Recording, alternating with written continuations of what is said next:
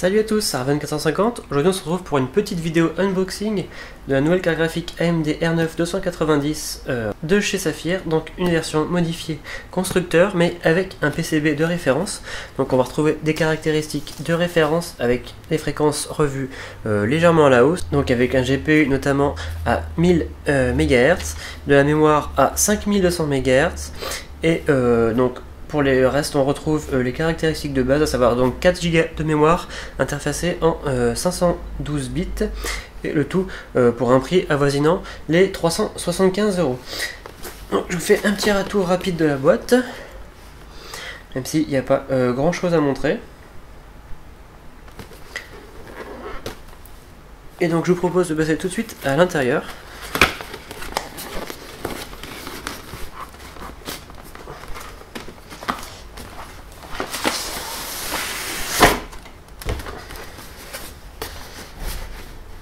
Voilà, donc premièrement, on retrouve une grosse boîte en carton qui contient l'ensemble du bundle. Donc, en ouvrant le carton, on retrouve tout d'abord la carte graphique, bien emballée, dans de la mousse. Et ensuite, on a une deuxième boîte en carton qui va contenir tout le bundle. Donc au niveau du bundle, on a un câble HDMI, un connecteur 2 fois Molex, alimentation PCI 8 pins, un câble Molex d'un côté et alimentation PCI 6 pins, et bien sûr les petits kits de démarrage de garantie et les CD de driver. Donc voilà, au niveau du bundle, c'est relativement basique, hein.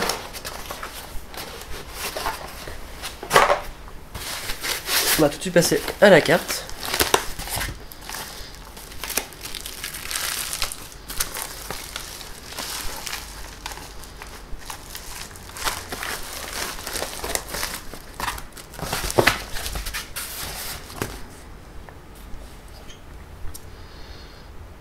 Donc voilà la carte graphique, un très beau bébé avec 3 ventilateurs de 90 ou 92 mm, profil un tout petit peu plus épais que 2 slots et avec un radiateur qui dépasse quand même un petit peu du PCB, et c'est bien le seul reproche qu'on peut lui faire, car vous allez voir qu'elle a vraiment pas mal d'atouts pour elle, cette carte. Donc sachant qu'avec le PCB de base on est à 277 mm, on doit tourner autour des 300 mm de long. Donc faire attention quand même si on achète cette carte d'avoir la place dans le boîtier pour faire rentrer, parce qu'elle est quand même assez grosse.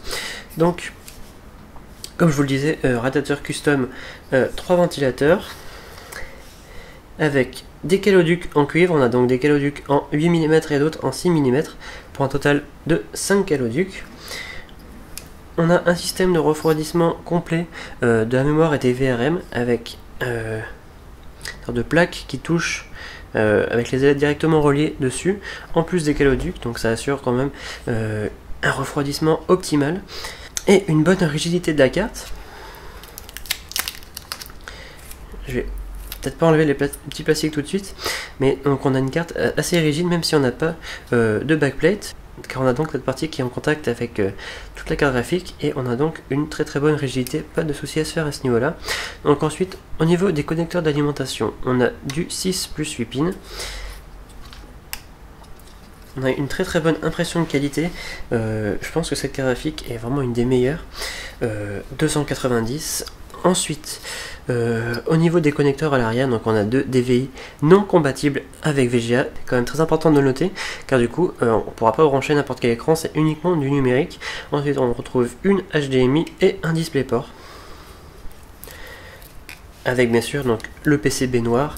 Enfin du PCB noir chez Saphir, c'est vraiment très joli, avec un radiateur en aluminium et plastique qui rend vraiment très bien. Donc c'est très joli, avec des petites parties en orange et le reste en noir comme ça. C'est vraiment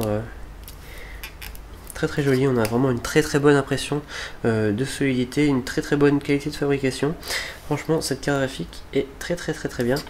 Et donc, je vous le disais, au niveau des performances, on est parmi les meilleurs de cette catégorie, pour un prix relativement contenu par rapport à certaines autres versions, et avec des performances de refroidissement vraiment très bonnes, car c'est tout simplement la meilleure, avec le refroidissement de base, et très silencieuse. C'est un très bon point à noter. Donc c'est vraiment une très bonne carte graphique. Je ne l'ai pas encore essayé, je vous ferai un petit retour, n'hésitez pas à me poser des questions dans la vidéo. Je vais pas tarder d'ailleurs à l'essayer, j'ai hâte. Et je vous ferai sûrement un petit récapitulatif des performances, en tout cas des températures en idle et en jeu, pour voir vraiment si ce refroidissement est performant. Mais j'avais déjà vu des tests sur internet, c'est vraiment un des meilleurs. Peut-être pas aussi silencieux que le Gigabit WindForce 3X en idle, mais c'est vraiment la plus silencieuse en charge et celle qui a les températures les plus contenues. Donc, il devrait vraiment pas y avoir de problème à ce niveau là. C'est vrai que sur les premiers modèles avec le RAD de référence AMD, ça chauffait un petit peu, mais là avec cette carte il devrait y avoir aucun souci. C'est quand même un joli bébé. Voilà, bon, le seul petit reproche que je lui fais, c'est peut-être qu'elle est un petit peu longue, et que, juste pour une question esthétique, j'aurais bien aimé avoir une petite backplate sur le derrière. Mais bon, à part ça, rien à redire. J'ai vraiment très rarement vu une carte avec un RAD d'aussi bonne qualité fait par un constructeur. Voilà donc pour ce qui était de l'unboxing de cette nouvelle AMD R9 290 Custom by Saphir, donc en version 3X. Je vous retrouve très bientôt pour une nouvelle vidéo. N'hésitez pas à vous abonner, à mettre un petit pouce vert et à lâcher un commentaire. Et puis à me suivre sur ma page Google+ et Twitter. Voilà, je vous retrouve très bientôt. Ciao!